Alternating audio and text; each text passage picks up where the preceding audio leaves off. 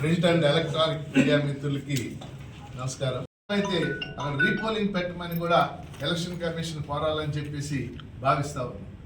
అలాగే అనేక చోట్ల మా పీడిఎఫ్ సంబంధించినటువంటి నాయకుల్ని బయటికి లాగేయటం, వాళ్ళ మీద దౌర్జన్యాలు చేయడం పెద్ద ఎత్తున జరిగింది. ఉదాహరణకి చిలుకలూరుపేటలో ఆర్వీఎస్ హై స్కూల్లో అక్కడ మా రైతు సంఘం నాయకుడు రాధాకృష్ణమూర్తిని ఆయన బయటికి లాగి పారేశారు. ఇట్లాంటి అక్రమాలు ఈ ఎన్నికల్లో అనేకమైన చోటు చేసుకున్నాయి. ఇది ప్రజాస్వామ్య స్ఫూర్తికి విరుద్ధం. ప్రజాస్వామ్యం అంటే ఏంటి? పోటీ పడతాం, ఓటర్లకి మనం ఛాయిస్ ఇవ్వాలి, ఓటర్లు నిర్ణయించుకోవాలి వాళ్ళకి ఎవరు కావాలని. గెలుపోవటంలో ఎవరికైనా సహజమైనటువంటి విషయం. కానీ ఈ గ్రాడ్యుయేట్ ఎమ్మెల్సీ ఎన్నికల్లో అధికార పక్షం పూర్తిగా అక్రమాలకి పాల్పడింది ఈ 3-4 పద్ధతుల్లో.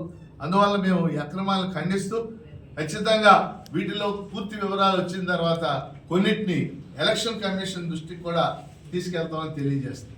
ఏదేమైనప్పటికీ ఇంత అక్రమాల పర్వం జరిగినప్పటికీ చాలామంది ఓటర్లు నిర్భయంగా వాళ్ళు వచ్చి ప్రజాస్వామ్య స్ఫూర్తితో వాళ్ళు ఓట్ చేశారు. వాళ్ళలో ఎక్కువ మంది నాకే ఓట్ చేసి ఉంటారు నేను భావిస్తూ ఉన్నాను. వారందరికి కూడా నేను హృదయపూర్వకంగా అభినందనలు, ధన్యవాదాలు తెలియజేస్తాను.